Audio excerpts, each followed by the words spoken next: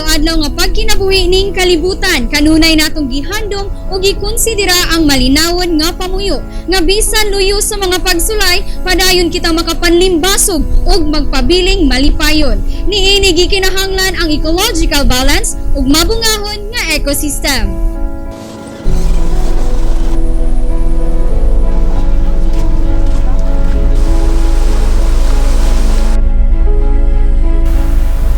Unsa ring environment ug kung binisayon kinaiyahan. Kini lamang ba usa ka definisyon mahitungod sa gangakita nato nga mga talamnon sa palibot. Huyuhoy sa hangin, kining yuta nga atong gitamakan ug uban pa kalabot niini o dinhi mismo sa kinaiyahan nato makita ang rason aron atong lakwan ang saktong dalan ug magsilbing sumbanan nga kita magtukaw kalabot na sa saktong pagpangga ning kinabuhing nabatunan nga hinuslan lamang. Ug sa duging panahon dulan siyam na katuig lang kuban ang tulo ka termino ni Governor Evgeny Vicente Bambi Beha-Imano isip amahan sa lalawigan nga misapnay sa tanang misamisnon wala kini nihikling og pagpangga nga nibati sa tanan lakip na sa natad sa kinaiyahan. Kung atong lantawon ang kinaiyahan sa pangkinatibuk-an dinhi sa lalawigan sa Misamis Oriental, walay duda nga susama sa bulawan nga hikit-an ug angayang ipakamutya kini nilungtad ug nilambo sa mga katuigan. Usa ka probinsya nga kaniadto nagpahipi lamang apan karon inila ug padayon nga gakabot sa mileage of success sulod sa mga katuigan. Adunay total land area nga 3,570 square kilometers ang probinsya sa Misamis Oriental nga mirepresenta sa 1.2% gikan sa total land area sa nasod sa Pilipinas. Kini gilangkuban sa 36% agricultural land, 22% forest land, 41% grass or shrubland, 0.2% wetland ug 0.5% built-up area. By land, water ug air, 100% accessible ang Misamis Oriental. Kung hisgutanan ang pagdumala ni Governor Bambi sugod tuig 2013, ubos sa iyang flagship program nga turismo, labing una ang environment sa 8 ka haligi nga nagtuko niini. Gikan sa walay klaro ug gubot nga kahimtang, nahatagan og katumanan ang mga programa nga mihatag dakong garbo sa lalawigan. Gikan sa patag nga bahin, daplin sa dagat, padulong na sa mga kabukiran niining 23 ka mga lungsod ug 2 ka syudad, wala mipakya si Governor Bambi nga adtuan ang mga kabalayan maski sa suok na nga kabukiran ug luyo sa unos o katalagman, dili gayud mapugnan tungod kay walay sukdanan ang iyang paghigugma sa kinabag-an. Ug hisgutan ang makatuigan nga nang labay, maayo gidumala sa amahan sa lalawigan ang natad sa kinaiyahan sa pagpangulusab sa Environment and Natural Resources Office kon Enro MISOR, pinanguluhan ni Engineer Prisco Valmoria, katimbayayong ang tibok puwersa sa Misamis Oriental Department Heads Association kon MODHA.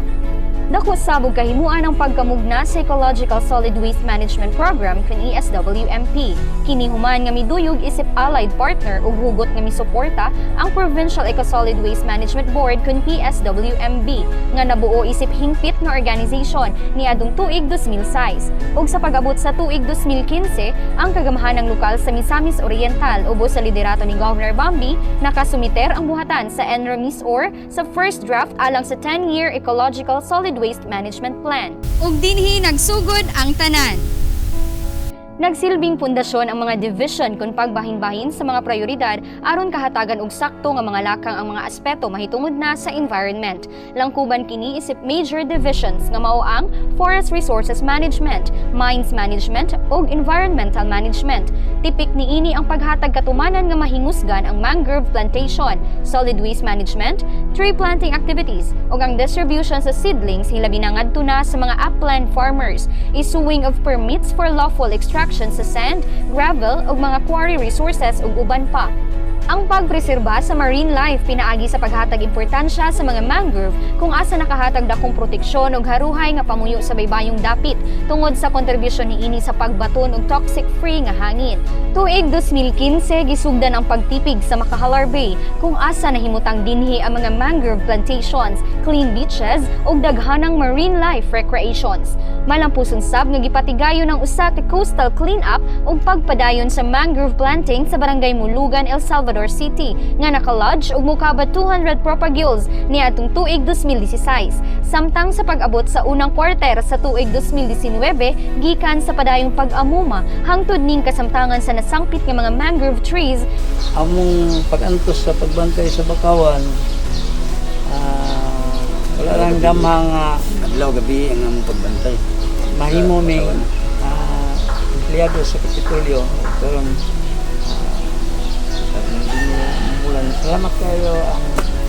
salamat kayo ni Gub na natabangan ni sa maong hildo kay ang amo pong pag-atiman hindi rin mampun na mo apak sa bakawan.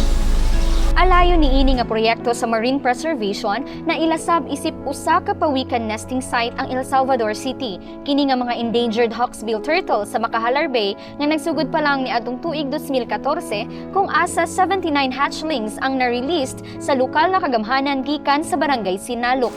Angay sabi pa si Garbo nga ikatulo na kini nga higayon nga dunay pagpang-hatch sa maong baybayon nga nagpamatuod lamang nga limpyo ang coastline aron makahatch ang maong mga giilang critically endangered species. Garbo sab sa Misamis Oriental nga niadtong tuig 2018 tungod sa makanunayong pag-atiman sa kadagatan nga sakop sa tibuok lalawigan, higit-an o dunay sighting sa mga sperm whales kung asa talagsaon na lang kining makita sa nasod. Usa kini kapag pamatuod nga limpyo ang dagat nga mabisitahan, bisan pa man sa mga mananap gikan sa deep waters nga mamahimong maka-enjoy sa Miss Or. Ang task force kinaiyahan nga grupo kauban sa provincial government aron mapatuman ang mga plano kalabot na sa kinaiyahan. Sa administrasyon ubos ni Governor Bambi, wala sukad na himong problema sa tanang mga kaubang ahensya nga makigtimbayayong sa tanang lakang, sama na lang nga magbinantayon sa mga kasubaan. Ang coordination with the province of Misamis Oriental, nindot kaayo ang atong turnout, ang atong relationship kay there was no instance nga nakita nako nga wala nag-support sa ato ang province. Always good na every time nga mo hangyo ta dito. Atong basic concern ani sa ang atong kinaiyahan nga maprotektahan nato, ma-preserve nato not only for us karong nga generation but we think of our future generations. Dako sad nga kahimuan ang pag-facilitate sa panggamhanang lokal ug mga river assessments, sama na lang sa Balatukan River sa lungsod sa Balingasag ug sa Umagos River sa Lagunglong. Human nga nagpropose ang mga LGU sa nasangpit nga mga lugar ug dredging. Nagsilbi kining modelo aron nga ang tanang makasikbit nga lungsod dili magmakuli nga mo-monitor kanunay sa mga kasubaan. Lakip na niini ang makanunayong pag-assister sa mga farmers pinaagi sa pag-apod-apod og mga farm inputs alang sa mga upland farmers gikan sa layong dapit sa kabukiran o hilit nga mga lugar. Ngalan nga mag-uma, maningkamot na gid mi kay mura magyamong kabuhianan ang pag-uma. Sa mga pananom nato diha. Kung atong sutaon og unsa kahingawa ang mga mag-uuma tungod ang kasing-kasing ni Governor Bambi kanunay nagsentro sama sa usa ka farmer. Tuig 2020 nag-alokar balor 1.2 milyones ka pesos nga mga vegetable seedlings ang lokal na panggamahanan sa probinsya sa Misamis Oriental. Kabahin na sa mga mag-uuma nga mao'y usa sa dakong poko sa panggamahan ng probinsya kay ang paghatag igong panginabuhian alang kanila sama na lang sa pag-apod-apod sa mga assorted seedlings. Gisugdan kini tuig 2014 ubos sa Forest Resource Management nga programa. Samot pa kining gihingusgan sa tuig 2019 kung asa ubay-ubay nga mga seedlings ang ipanghatag nga mokabat 4,646 langkuban mga vegetable, fruit trees, timber o giant falcata. Kini nga numero padayon pagihapon nga mitaas ning kasamtangan tungod sa wayhuno nga pagpanghatag lakip pagmonitor sa matag usa ka mag-uuma. Ang tree planting nga kanunay anaa sa plano nga ipalambo pa sa tanang munisipyo aron sa kasiguruhan sa limpyo nga hangin, lakip ang pagpugong sa yuta aron makalikay sa pagdahili kun landslide. Niini gipasiugdahan sa pipila ka mga personahe gikan sa DNR-EMB Region 10 aron sa pagpahigayon og tree planting sa nagkariang lugar sa tibuok lalawigan, sama na lang sa patag-upol nga bahin nga dunay dakong luna aron katamnan og mga nagkadaiyang seedlings. Very significant yun, no, ang kuan kini support sa atong provincial government tungod kay dili siguro namo ni ma-implement ang amo ang gusto mahitabo sa environment kung wala si province. Kay una sa atong solid waste management, which is usagid sa pinakadako nato nga problema, Dako kayo tabang si province sa amo ang waste diversion. Pila ka plastics nga na-divert namo gikan sa among basurahan nga nahimo og chairs. Nakatabang pod kay ang province nag-adapt sila og 2 hectares sa ato ang Macaluisa Reforestation Area kung asa nakatanom ta og pipila ka kahoy para nga makaabag sa pagpalambo o magpa-extend pa gyud sa atong mga kahoyan diya sa atong reforestation area.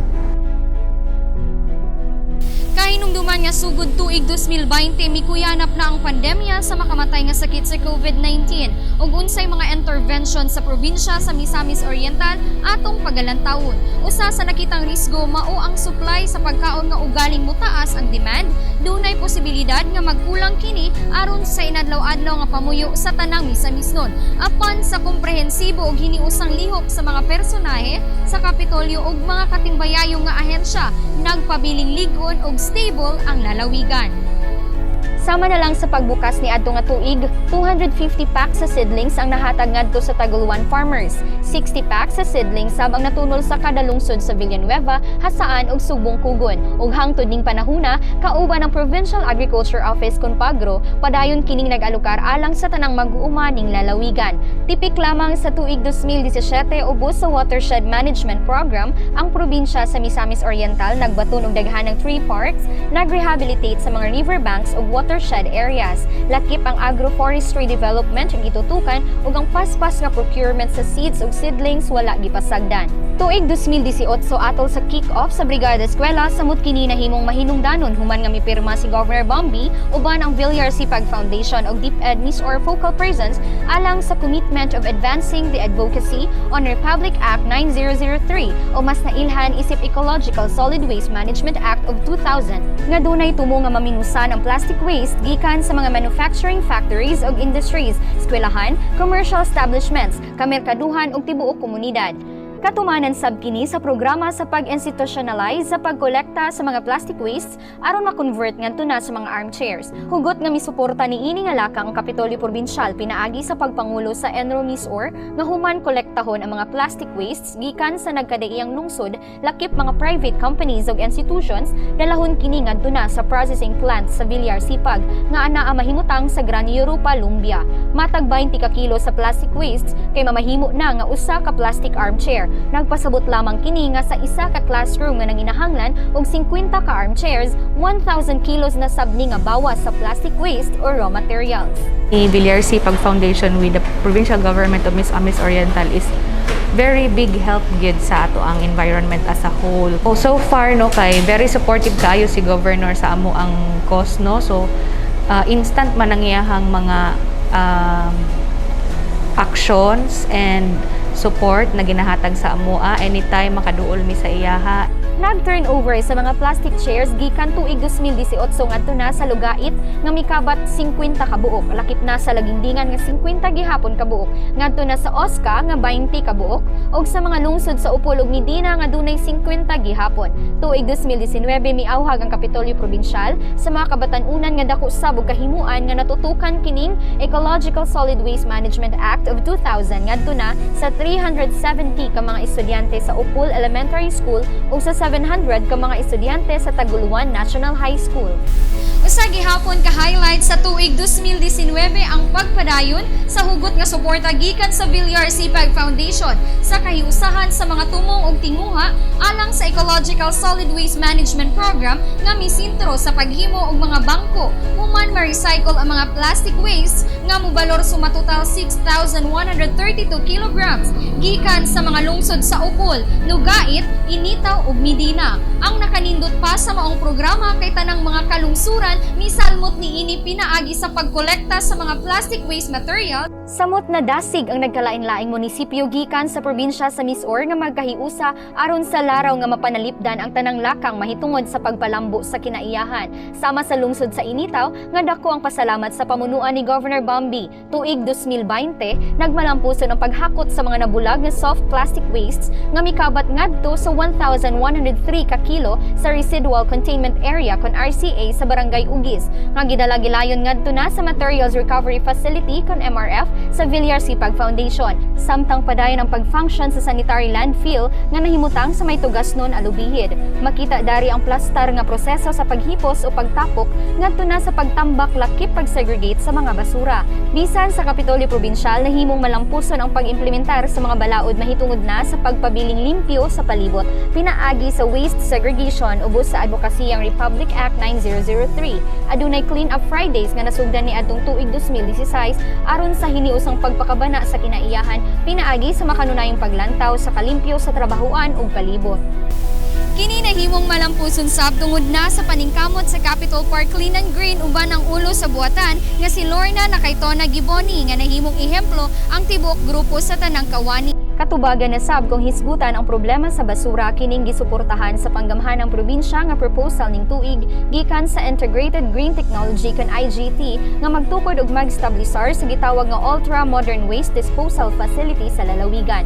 Magsilbi ang maong pasilidad isip solusyon nga mukunhod ang epekto sa global warming pinaagi sa pagtukod sa nag-unang teknolohiya sa natad sa proper waste and disposal system. Laing kumpanya na sab kining IGT nga nakita sa potensyal sa Misamis Oriental aron mapatuman ang ilang mga maayong plano sa pagproteher sa kinaiyahan. Ang maong proyekto magsilbing dakong tabang sa probinsya sa pagkolekta sa basura tungod kay una, mamahimo na nga walay landfill sa open dump site. Ikaduha, mamahimo na nga walay investment sa Materials Recovery Facility kon MRF sa mga LGUs. Wala sab kini igawas nga baho sa basura, malimpyo ang hugaw nga tubig ug masanitize ang hazardous waste sama sa medical waste. Gawas ni ini makahatag og panginabuhian sa mga residente, makadaginot sa electricity bill, makapatuman sa usa ka limpyo ug hamugaway nga probinsya, walay residual waste ug malimpyuhan ang daan nga mga landfills.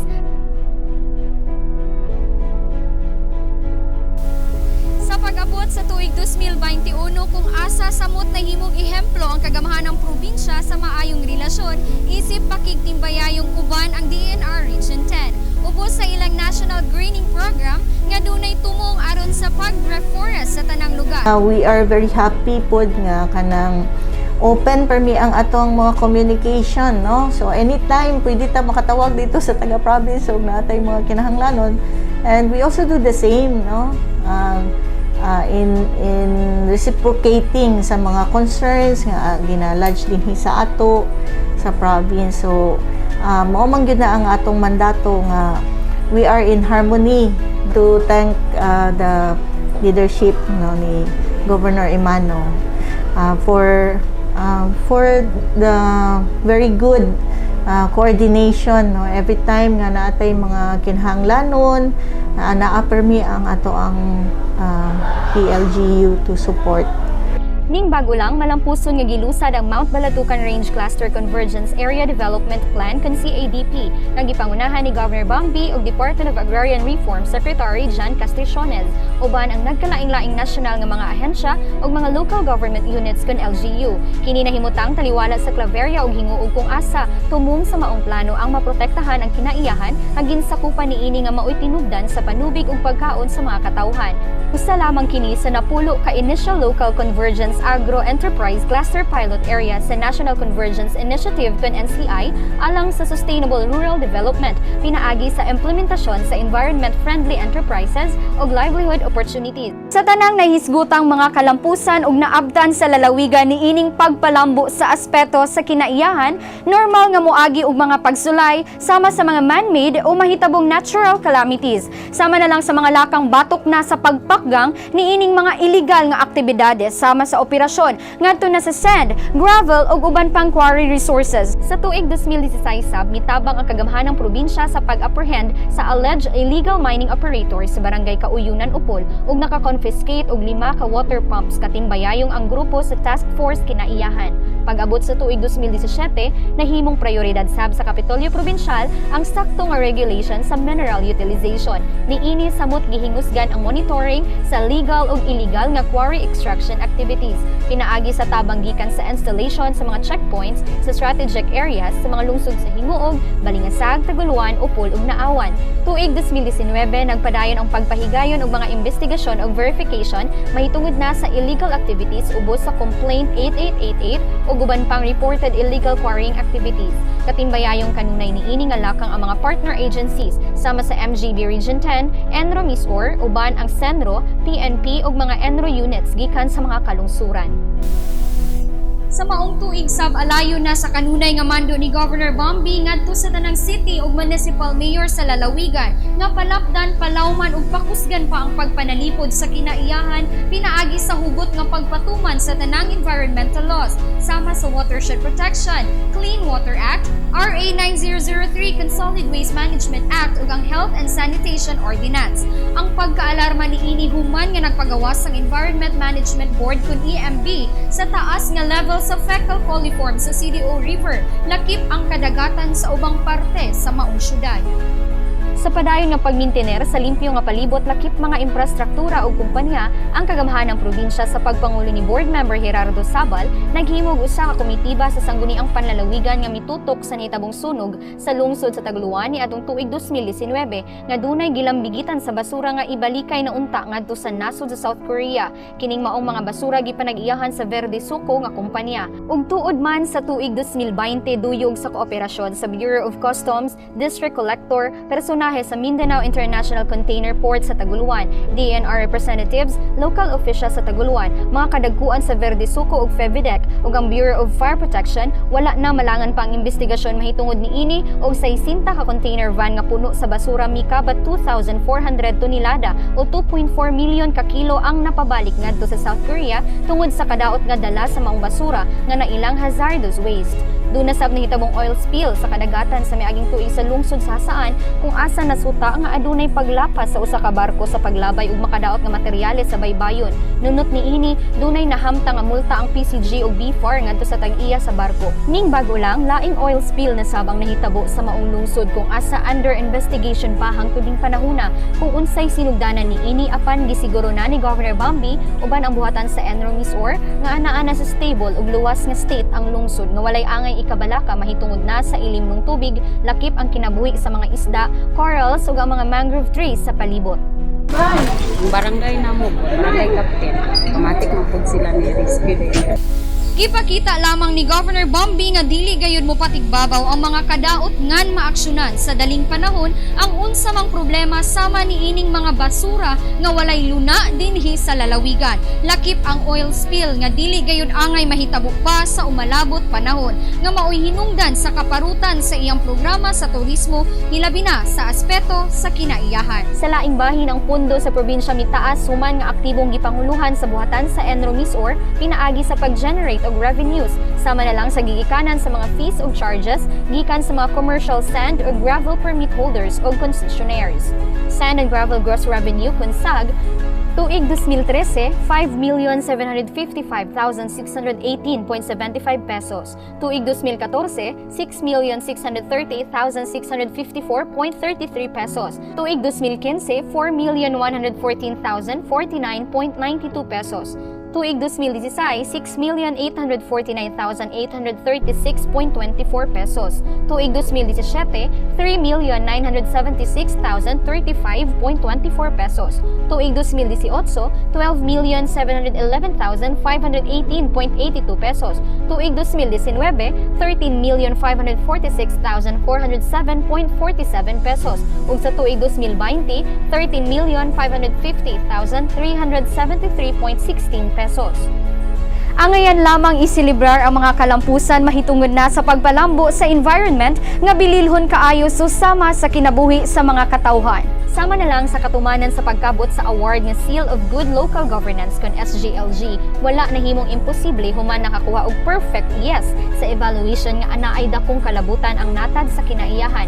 Tuig 2015 ug 2017 midawat ang probinsya sa maong pasidungog nga nagpamatuod lamang sa pagbaton og highest principle sa pagdumala susama sa tinuuray, ligdong ug walay ginatago nga panerbisyo apan kaayuhan ang gipatigbabaw kanunay. Bisan ang indigay sa poster making nga gisugdan niadtong tuig 2016 nga gitambungan sa mga anak sa mga kawani sa Kapitolyo Provincial lakip mga high school students nga entries gikan sa nagkanayang lungsod ning lalawigan nga wala lamang nipakita sa ilang tagsa-tagsa ka talento apan mas napukusan ang ilang maayong panlantaw ngadto na sa tinguha nga maampingan pag-ayo ang kinaiyahan. Niadtong tuig 2018 ang lungsod sa Lagindingan nakadawat og pasidungog isip cleanest coastline in the country ubos sa malinis at masaganang karagatan kon MMK Awards.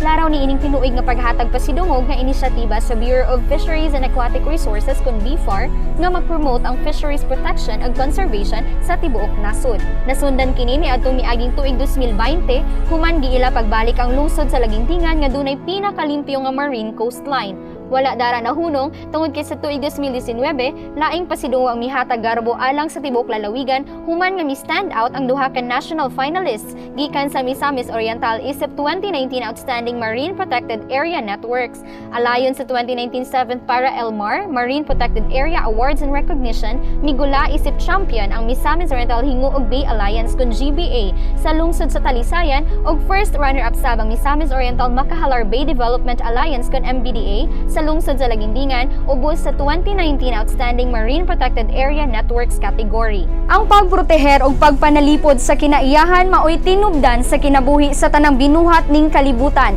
Sa susamang rason gitagaan igong pagtagad sa provincial government sa Misamis Oriental ang selebrasyon sa World Environment matag bulan sa Hunyo sa miaging tuig 2020 nga dunay temang Celebrate Biodiversity. Kahinumduman sab nga sa tuig 2019 nahimong usa sa tourism destination ang lalawigan sa Misamis Oriental alang sa 14 ka Miss Earth 2019 Beauties. Ilabihan ka memorable ang paglibot suroy sa mga kandidata nga mibisita sa Initaw Libertad Protected Seascape Landscape Adventure Park kun lasang ug sa Tubahon Lagindingan Aquamarine Park nga dala-dala ang ilang nagkadiiyang advokasya nga nakasentro sa pagproteher ug pagpreserba sa kinaiyahan. Sa ilang ecotour nakahigayon sab sila pag mangrove planting lakip na ang pag-photoshoot isip remembrance sa maanindot nga tourist spots ning lalawigan. Gikalipay nila pag-ayo ang oportunidad nga makaanhi sa lalawigan ug misaad nga dili pakyason ang pagbalik puhon ug makahigayon na sa hustong panahon.